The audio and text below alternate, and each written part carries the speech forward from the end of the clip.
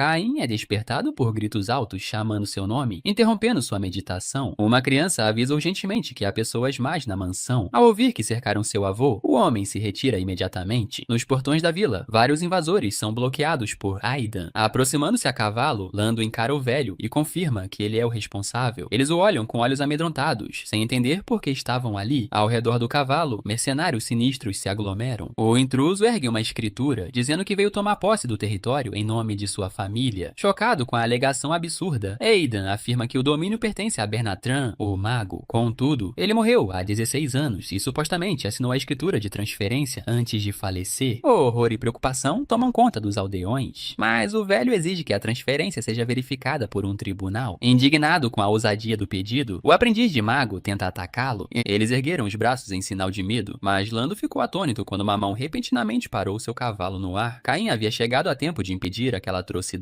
Eles não faziam ideia de como um único homem estava fazendo aquilo, mas ele simplesmente cerrou o punho, questionando de onde haviam tirado a coragem para agir de forma tão imprudente. Ele socou o cavalo e o silenciou instantaneamente. O mago conseguiu saltar, pouco antes de seu corcel cair sem vida no chão. Lando franziu a testa e exigiu saber quem ele era, mas recuou instintivamente quando o homem imponente se aproximou. Caim disse a Fei para levar Aidan para um lugar seguro. Ao ouvir seu nome, ficou claro que o grandalhão era filho de Bern. No entanto, ele também era famoso por ser o filho sem magia do lendário mago. Querendo ensinar ao bruto o que significava atacar um aprendiz de mago, Lando pegou sua varinha. Surpreendentemente, a visão do instrumento agradou a Caim, pois ele estava ansioso para ver como a magia se manifestava. Enfurecido com a arrogância do rapaz, o mago reuniu seu poder e pronunciou um encantamento. Seu primeiro feitiço foi um clarão estrondoso que lançou um raio de energia que atingiu o alvo em cheio no peito. Os aldeões gritaram de preocupação ao verem o jovem cair no chão. Lando riu satisfeito por ter deixado claro o poder da magia para os bravos plebeus ali presentes. Triunfante, disse: "Este é o preço por ofender um mago." Fei gritou pelo amigo, mas Caim de repente falou do chão, dizendo que agora entendia. Era inacreditável. O ataque fora doloroso, mas o impacto direto mal deixou uma queimadura em seu peito. Sua tenacidade era extraordinária, especialmente quando comparada à sua própria força. Fei ficou aliviada ao vê-lo bem. Enquanto isso, ele se admirava de que a magia permitisse que pessoas com corpos tão frágeis produzissem tanto poder. Suas palavras blasfemas o enfureceram, então Lando apontou sua varinha para lançar outro feitiço que o mataria. No entanto, Caim era rápido demais e já estava a centímetros dele. Ele era tão rápido que o jovem nem sequer viu o punho do inimigo. Uma das figuras encapuzadas viu, mas era tarde demais, e o soco já havia acertado. O corpo de Lando foi arremessado para trás e sua cabeça bateu com força no chão. A figura então ordenou que ele parasse e apontou a palma da mão para o garoto bruto. Uma poderosa rajada de fogo atravessou seu corpo e o lançou com violência contra a parede de pedra. Desta vez, o garoto sem magia parecia estar perdido, e sua família também acreditava nisso. Enquanto isso, o poderoso mago correu para curar Lando, que estava morrendo. Ele gritou para os homens trazerem o kit médico. Depois de um tempo, o feitiço de cura fez efeito e ele começou a ofegar. A vida do aprendiz tolo havia sido salva, mas por pouco. Aiden desmaiou de preocupação, incapaz sequer de olhar para Caim. Ele ainda estava preso na parede, arremessado contra ela pela força do feitiço. Contudo, ele ainda estava vivo e simplesmente maravilhado com o verdadeiro poder da magia. O mago veterano ouve suas palavras e fica chocado por ele ainda estar vivo. Com isso, ele tirou o capuz e assumiu uma postura séria, enfrentando o garoto que possuía um poder tão vasto quanto o mar, oculto em seu corpo. Caim cai no chão e se levanta, desejando que seu avô acorde. Fei sacode Aiden para despertá-lo, dizendo que o jovem mestre ainda estava vivo. Era para ser uma simples tomada de território, mas agora o extermínio se faz necessário. Questionado sobre quem ele é, o mago se apresenta como Zaid e diz ao garoto para se preparar para a morte. Os olhos de Caim se arregalam, prestes a encarar a verdadeira dimensão da magia. Com um grito estridente, o mestre dispara uma rajada de chamas contra seu inimigo. É o mesmo feitiço de antes. Então o garoto sem magia apenas cruza os braços para se defender. Defender-se com um método tão direto era tolo e ridículo. A torrente de chamas atinge seus braços e o arremessa para longe. É tão forte que o empurra contra a parede novamente. Ele suporta tudo, inabalável e sem intenção de recuar. Após uma enorme explosão, eles observaram expectantes e ficaram chocados ao ver os braços chamuscados de Caim. No entanto, essas eram as únicas partes danificadas, e ele permanecia perfeitamente de pé, pronto para atacar. O mortal era de fato capaz de resistir ao poder da magia, mas tal arrogância lhe custaria a vida, pois Zaid lançou ainda mais chamas. Para seu espanto, o garoto apareceu acima dele, já dominando seus movimentos. O veterano lançou um escudo mágico instintivamente, bloqueando o chute puramente físico que visava seu rosto. Caim pisoteou o chão várias vezes, questionando por que não conseguia romper o escudo. Aproveitando-se Cercando-se da situação, o velho concentrou energia nas palmas das mãos novamente e disparou uma rajada de fogo flamejante contra o garoto. Mais uma vez, ele foi arremessado contra a parede, mas agora eles não tinham certeza se o feitiço havia surtido efeito. Por algum motivo, a bochecha de Zaid ficou ferida. Caim, ainda fumegando, se levantou após sentir o verdadeiro poder de um mago. Normalmente seria impossível para meros músculos atingirem tal altura, a menos que os rumores sejam verdadeiros. Aidan tenta impedi-lo de continuar e sugere render as terras. No entanto, ele insiste que já encontrou uma maneira de derrotar o inimigo. Ele fixa os olhos em algumas correntes. Enquanto isso, Lando chama seu mestre, dizendo que quer todos mortos. Por ferir o jovem aprendiz, Zaid os faria pagar com suas vidas. Se os rumores forem verdadeiros, ele não pode deixar o garoto musculoso viver. Planejando roubar-lhe a chance de lançar um feitiço, Cain avançou e desferiu uma saraivada de socos intermináveis. Era incompreensível, mas o mago ergueu um escudo bem a tempo. Ambos estavam determinados a matar o outro, mas o mago tinha certeza de que a força bruta não poderia romper sua barreira. Os aldeões gritaram e aplaudiram seu jovem mestre, desejando que ele derrotasse os invasores de suas terras. Zaid pretende acabar com as coisas para o garoto, que é arrogante o suficiente para acreditar que pode vencer. Ao ver o círculo mágico acima de sua mão, Lando reconhece a magia secreta e ordena que seu mestre mate Caim e todos os que o apoiam. De repente, correntes voam em sua direção e se enrolam em seu pescoço. Antes que ele possa compreender o que está acontecendo, é puxado para a frente. Vendo seu precioso discípulo ser arremessado, Zaid instintivamente desfaz sua barreira para ampará-lo. Infelizmente para ele, isso dá ao inimigo a abertura que procurava. Ele percebe seu erro, mas é tarde demais, pois Caim crava um soco no estômago do velho. Surpreendentemente, o mago ainda está entoando o feitiço, relutante em cair diante de um plebeu que sequer consegue usar magia. Com seus próprios objetivos, o garoto pega a corrente e a enrola na garganta do inimigo, interrompendo completamente o encantamento. Como não pode se dar ao luxo de relaxar contra um oponente tão poderoso, ele aperta as correntes para estrangular o mago. Gritos altos ecoaram pelo ar, e Lando assistiu horrorizado enquanto seu mestre, um mago elemental completo, se aproximava da morte diante do poder da força bruta. Ele ordenou ao mortal que parasse, avisando que atacar um mago era motivo para extermínio do clã. Farto de todas as ameaças, Caim puxou ainda mais forte. Vendo isso, o nobre ordenou que seus mercenários ajudassem, mas os aldeões, em número muito maior, estavam preparados para revidar. A mão de Zaid tremia e brilhava enquanto ele implorava por um instante para lançar sua técnica suprema. Contudo, o mortal não se importava com quem ou o que eles eram. Dadas as suas ações, eles jamais cogitaram misericórdia ou a retaliação de suas vítimas. Como um louco, Caim continuou puxando. Em um último esforço desesperado, o mago lançou uma roda de aprisionamento de almas ao redor de sua cabeça. Ela brilhou intensamente, consumindo lentamente sua vida enquanto Zaid ria triunfante. Novamente, Caim cerrou os dentes e resistiu a tudo. Misericórdia não era uma opção desde o início, e ele puxou com toda a força para finalmente acabar com a vida do velho. Lando, os mercenários e os aldeões olharam em choque, boquiabertos. Os vestígios do círculo mágico desapareceram do pescoço do jovem, e ele finalmente soltou o corpo sem vida do inimigo. Com isso, autoproclamou-se o executor dos magos. Lando ficou paralisado, incapaz de aceitar o que acontecera, mas os mercenários imediatamente largaram suas armas. Levantaram as mãos em sinal de rendição, dizendo que eram apenas mercenários contratados. O nobre disse que eram tolos por pensarem que a traição os absolveria da responsabilidade. Provavelmente não percebiam a gravidade da situação. Tudo havia acabado, e todos ali iriam morrer, pois a punição por desrespeitar os magos da Aliança Mágica era letal. Finalmente compreendendo a situação, permaneceram imóveis e se voltaram para Caim, que os instruiu sobre seus próximos passos. Nesse instante, um batedor os alertou sobre a aproximação de alguém ao longe. Todos observaram enquanto uma silhueta se movia em sua direção. Era um humano solitário montado em um cavalo. Após alguns instantes, o cavalo chegou ao meio da multidão, que aguardava em silêncio. Uma mulher observou a situação, avistando imediatamente o corpo de Zaid, a carcaça do cavalo e o nobre caído no chão. Com uma expressão preocupada, ela disse que chegara um pouco tarde demais. Lando a viu e reconheceu o emblema da Academia Rain em seu peito. Percebendo que ela também era uma aprendiz de maga, pediu que o salvasse. O clima estava tenso, ainda mais quando ela desmontou do cavalo para encontrá-lo. Ele explicou a situação, incluindo a punição iminente da aliança. Apesar da promessa de generosas recompensas, Isha passou por ele e foi para os braços de Caim, perguntando preocupada sobre os ferimentos do noivo. Ele a assegurou de que os ferimentos superficiais não eram nada sérios, mas que era uma pena que o tivessem ferido daquela forma. Dito isso, matar um mago era de fato um crime grave, então ela sugeriu que matassem todas as testemunhas e fugissem para viver como fugitivos. Os mercenários ficam chocados com a conclusão impiedosa e... Ué, você assistiu o vídeo até aqui? aqui e até agora não se inscreveu no canal.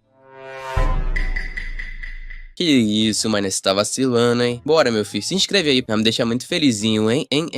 Imediatamente imploram por suas vidas. Felizmente, Caim a impede, dizendo que as coisas ainda não chegaram a esse ponto. Ele não pode colocar a vida de seu povo em perigo e depois abandoná-los. E também não pode envolver a família dela nisso. Ela se comove com a sinceridade dele. Para contornar a situação, ele menciona os próximos exames para aprendizes de mago do reino. Em uma reviravolta totalmente inesperada, o garoto sem magia declara sua intenção de se tornar um mago e resolver o conflito em um duelo. Com isso, a natureza do conflito sem dúvida muda, mas considerando que ele nunca conseguiu usar magia, pode ser impossível. Até mesmo Lando acredita que é uma idiotice para o garoto, que é infame por não ter aptidão mágica. Caim insiste e compartilha que é seu sonho de infância e o objetivo de seu treinamento. A declaração parece infundada e silencia a todos, mas Esha acredita nele de todo o coração, encorajados por suas palavras. Os outros moradores da vila também se juntam a ele, torcendo por ele e gritando sua fé nele. Os forasteiros observavam incrédulos, pensando que todos haviam enlouquecido por acreditar em sonhos tão fantasiosos. Em seguida, os mercenários são instruídos a partir e levar seu empregador consigo. Por fim, devem dizer ao clã Mosen que ele pode matar um mago com os punhos e também derrotar um clã inteiro. Eles carregam o nobre e o agradecem em voz alta por poupar suas vidas. Caim não tem outra opção a não ser se tornar um mago. Ele se lembra de suas memórias de infância. As outras crianças o chamavam de filho de um demônio serpente e atiravam pedras nele sem piedade.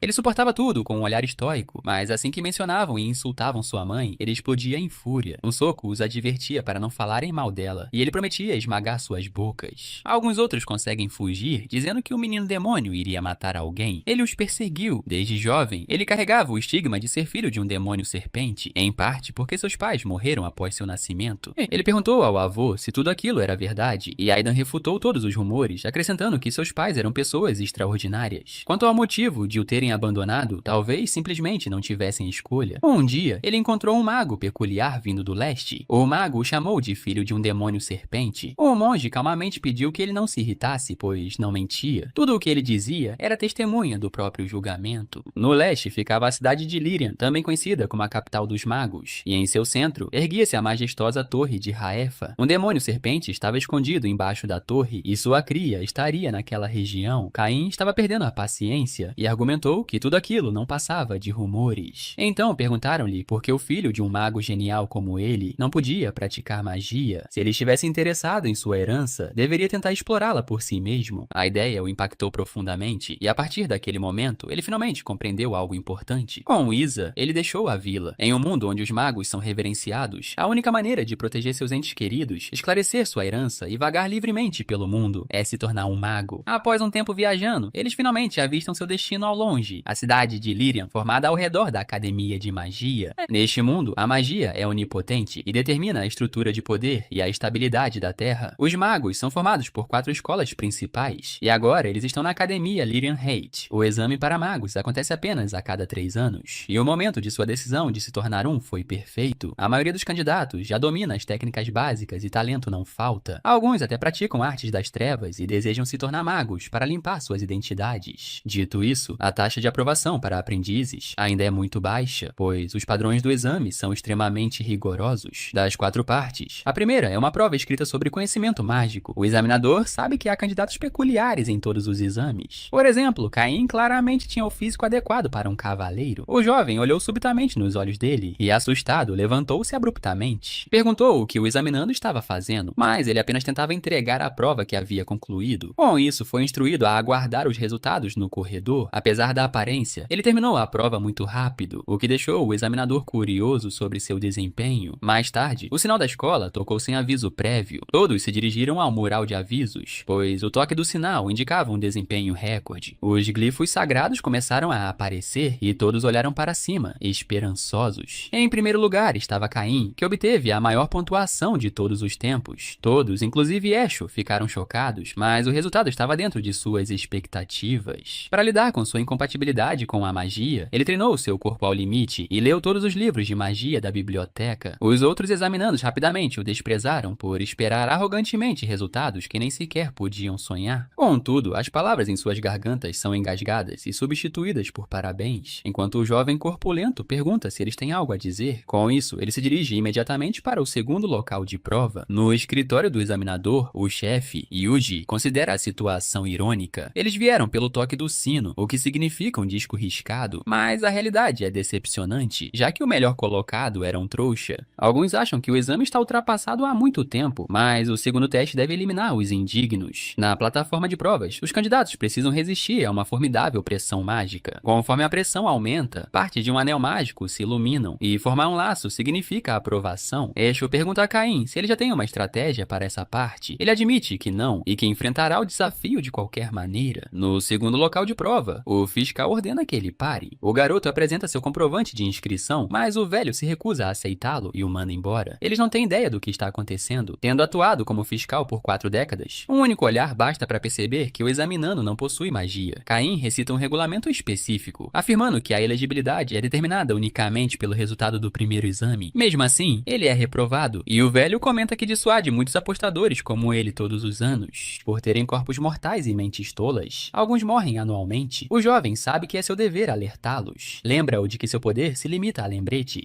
Chamando-o de tolo, o examinador pergunta se vale a pena morrer para se tornar um mago. Sua pergunta silencia os demais, mas Caim simplesmente responde que obstruir seu exame resultaria em acusações criminais. A atmosfera se intensifica quando o velho bate com a mão na mesa, dizendo que talvez nem consiga registrar uma queixa se morrer na plataforma. Caim agradece o lembrete e friamente prossegue. Enquanto os outros o observam em silêncio subir a plataforma, o fiscal não tem outra escolha. Sem conseguir falar com o garoto teimoso, ele estava no local designado e era hora de começar o teste. Assim que o teste começou, Caim imediatamente sentiu a pressão da mana empurrando e puxando seu corpo. Era de fato uma força poderosa, penetrando e dilacerando seus órgãos e medula óssea. Disseram-lhe para observar os círculos mágicos sob seus pés. À medida que cada sessão se iluminava, a pressão aumentava exponencialmente. Se ele se arrependesse de prosseguir, agora era sua chance de desistir e parar. Isha estava preocupada e perguntou como ele estava se sentindo, flexionando os músculos e rasgando as roupas. Ele garantiu que estava em excelente forma. Os anéis continuaram a se iluminar, um a um, e nenhum deles conseguia acreditar no que estava acontecendo. Era impossível, mas ele estava resistindo puramente com seu corpo físico. Metade do anel já estava iluminada, um feito que nenhum mortal jamais havia alcançado. Ele cerrou os dentes e grunhiu de dor. Eles perguntaram novamente se ele ainda estava bem, e como antes, Caim afirmou que estava em excelente forma. Vendo o círculo quase completo, Isha começou a comemorar em vez de se preocupar. Enquanto isso, os outros magos questionavam como músculos poderiam resistir à magia. Com outro grito, o círculo se fechou, e ele oficialmente passou no teste como num sonho. Foi uma conquista sem precedentes, mas Caim pediu para ser promovido às pressas, pois queria fazer o teste final. Eles não conseguiam acreditar. Esta etapa aumenta a pressão até ultrapassar o recorde anterior e atingir o limite da plataforma. Isha questiona por que ele sequer cogitaria continuar com a dor, mas ele apenas manda que parem de falar bobagens e prossigam com o teste. Assim que o velho examinador obedece, ele é forçado a se curvar devido à pressão esmagadora que toma conta de seu corpo. Novamente, ele grita e resiste com pura força física. Seu rugido estrondoso ecoa pelo salão. Mais tarde, um sino familiar também toca e é ouvido por toda a academia. Yuji se vira em choque, perguntando-se quem o acionou novamente. Alunos e candidatos suspiram ao perceberem que um recorde foi quebrado mais uma vez. Alguns acham que pode ser um engano, mas mesmo assim se dirigem ao mural de anúncios. Por outro lado, Isha pergunta ao noivo por que ele foi tão longe apesar dos ferimentos. Ken se desculpa por tê-la preocupado, mas ele conhece sua situação melhor do que ninguém. Como um trouxa, obter o reconhecimento dos magos é absurdamente difícil, então ele precisa provar seu valor com o exame. Desde o início, o que ele estava desafiando não era apenas o teste de aprendiz, mas todo o conjunto de regras e a ordem do mundo mágico. Ela não percebeu o peso que ele carregava nos ombros. Enquanto isso, os outros alunos viram que ele quebrou mais um recorde consecutivamente. Yuji ficou furioso com Elan, a quem advertiu para não deixar o garoto passar. Ele se desculpou com o examinador-chefe e disse que nunca tinha visto ninguém tão desesperado. Admitir um mortal seria uma blasfêmia, e fazê-lo poderia violar a santidade do distintivo de examinador em seu peito. No entanto, o garoto atendia a todos os critérios das regras do exame. Além disso, se ele tivesse visto o estado em que o garoto deixou a plataforma de testes, talvez entendesse por que não podia simplesmente tirar dele a oportunidade pela qual ele tanto lutou. Com sincera convicção, ele se submeteu a ferimentos que ameaçavam sua vida. Comparado à sua pureza, pureza, conspirar em segredo para decidir seu futuro era desprezível demais. Yuji ficou indignado, mas o credo de Elan o impediu de seguir ordens. Então ele entregou seu distintivo. O examinador-chefe virou-se furioso, recusando-se a aceitar. Estava determinado a acabar com a loucura que contaminava os exames de aprendiz. Não havia a mínima possibilidade de que aquilo continuasse. Com isso, ordenou que todos os candidatos fossem informados de que a terceira prova seria um combate mágico. Nesse método, os duelistas deveriam usar varinhas e derrotar seus oponentes com magia.